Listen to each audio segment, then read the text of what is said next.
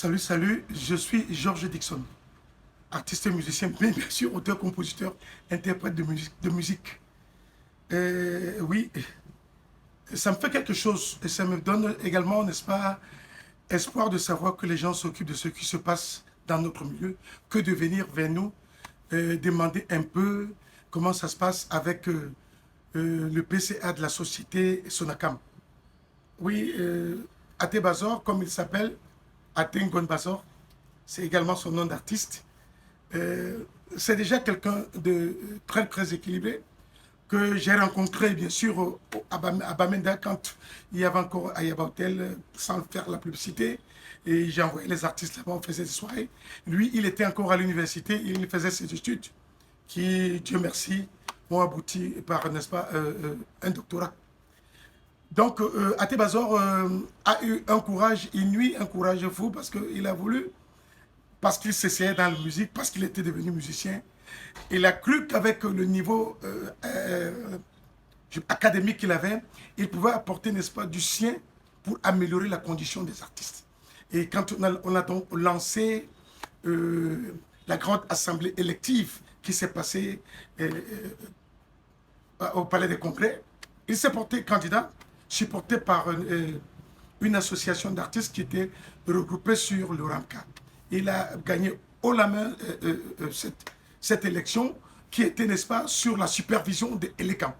Donc, pour aller très très vite, Até Bazor s'est mis au boulot. Il s'est mis au travail parce que son credo, c'était la transparence. Son credo, c'était implémenter, n'est-ce pas, la dynamique que le ministre de tutelle avait, n'est-ce pas, demandé. C'est-à-dire l'assainissement, le rassemblement et surtout, pour qu'on puisse avancer, qu'on se mette tous ensemble pour travailler. Que les artistes ne se tirent plus les uns sur les autres comme ça s'est passé. Até Bazor, donc, a commencé à faire son boulot, mais tout au début, il a été combattu. Combattu par qui?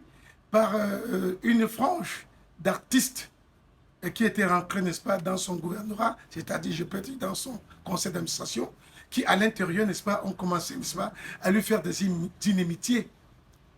Déjà, on avait nommé un directeur général qui n'avait pas le profil de l'emploi et il a été question qu'on le débarque.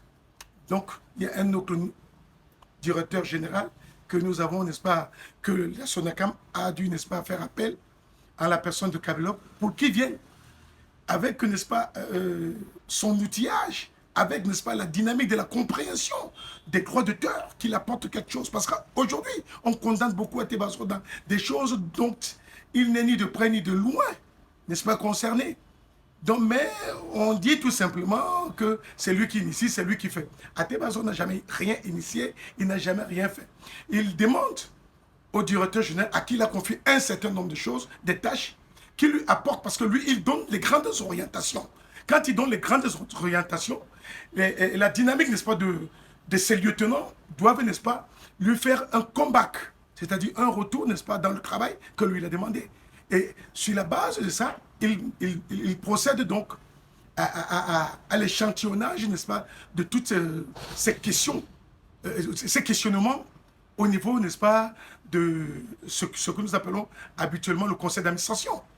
Donc, la clarté, la clairvoyance, l'honnêteté et surtout, la sérénité était, n'est-ce pas, son credo.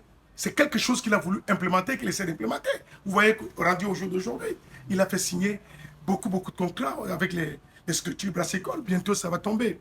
Il y a également des sociétés mobiles, de téléphonie mobile, qui payaient par ailleurs en son temps, à acquis de droit en son temps, mais qui n'avaient jamais été relevés aux gens.